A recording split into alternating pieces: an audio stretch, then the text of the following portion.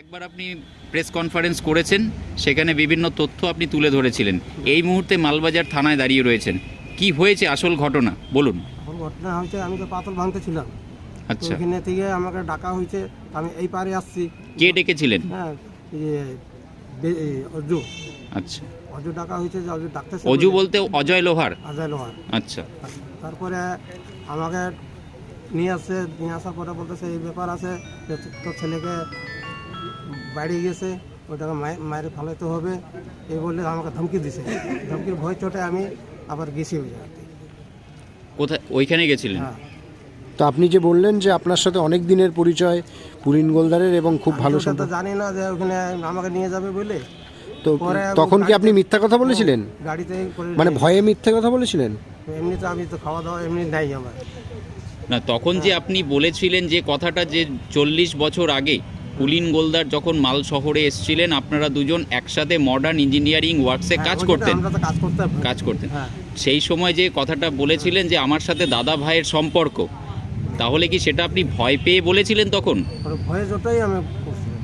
তখন যে আপনার ছেলে যে অভিযোগগুলো করেছিল সেগুলো কি সত্যি? হ্যাঁ, মানে আপনার বাড়িতে আপনাদের ওয়ার্ডের যিনি কাউন্সিলর পুলিন গোলদার, তার নেতৃত্বে বা তার ইন্ধনে আপনাদের বাড়িতে আক্রমণ হয়েছে, আপনার ছেলের ওপর অত্যাচার হয়েছে, আপনি সেটা বলবেন? আমি তো রাত্রেবেলা ঘুমাই যাই, সারাদিন খাটনি করে ঘুমাই যাই। যখন পাথরের আওয়াজ পাই, এখন কে মারতেছে সেটা আমি বলতে পারলাম না। তো ও বুঝে ফেললো যে বাবা পাথর কোথা থেকে পড়তেছে। যখন বাইরে হয়েছি বাপ বেটাই, তখন মানে কোনো লোকে দেখাচ্ছে না। আজকে ঘটনাটা হয়েছে, কালকে যে আমি একটা প্রেস কনফারেন্স করেছিলাম, ওইটা দেখে আনন্দ লোহাররা, অজু লোহাররা আমার বাবাকে আজকে তুলে নিয়ে গেছে।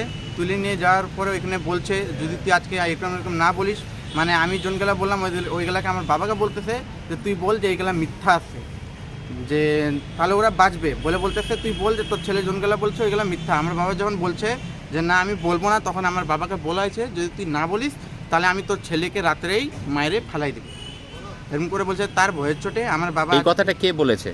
ওইখানটায় বলেছে আনান লোহার ছিল আর পুলিন গোলদার ছিল, এরা বলছে। আর আমাদেরই পাড়ার অনেক লোকজন যারা নিয়ে গেছে আমার বাবাকে, ওরা আমার বাবাকে বলছে যে তুই এরকম এরকম বলবি যে তোর ছেলে তোর উপরে মানে অত্যাচার করে, এরকম করে বলবি। তো আমার বাবা তখন ওদেরকেও বলছে যে না আমি বলবো না। তখন আমার বাবাকে বারবার করে ধমকানো হয়েছে।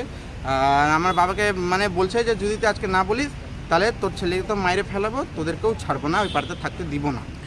আচ্ছা, এক্ষেত্রে আপনার বিরুদ্ধে একটা ফোনের অডিও বিভিন্ন ক্ষেত্রে আমাদের কাছে এসছে, যেখানে বলা যাচ্ছে যে আপনি কাউকে বলছেন যে কাদের নামে অভিযোগ করা হয়েছে আপনি জানেন না, অথচ আপনি একটা এফআইআর করেছেন 33 জনের নামে। তো সেক্ষেত্রে কি বলবেন? না, অ্যাকচুয়ালি যাকে আমি বলিয়েছি সেটা আমারই বন্ধু হয়, ছোট একটা মেয়ে আছে, ও আমার বন্ধু হয়, ওর বাবার নামে এফআইআর আছে।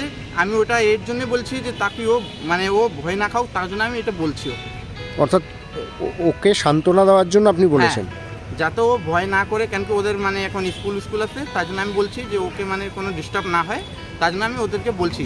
তো সেক্ষেত্রে আজকে আপনারা এই মাল থানায় এই মুহূর্তে কি অভিযোগ দায়ের করলেন?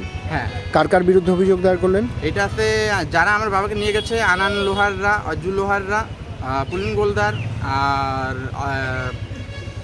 জহর লাকড়া, এদের নাম দেওয়ার।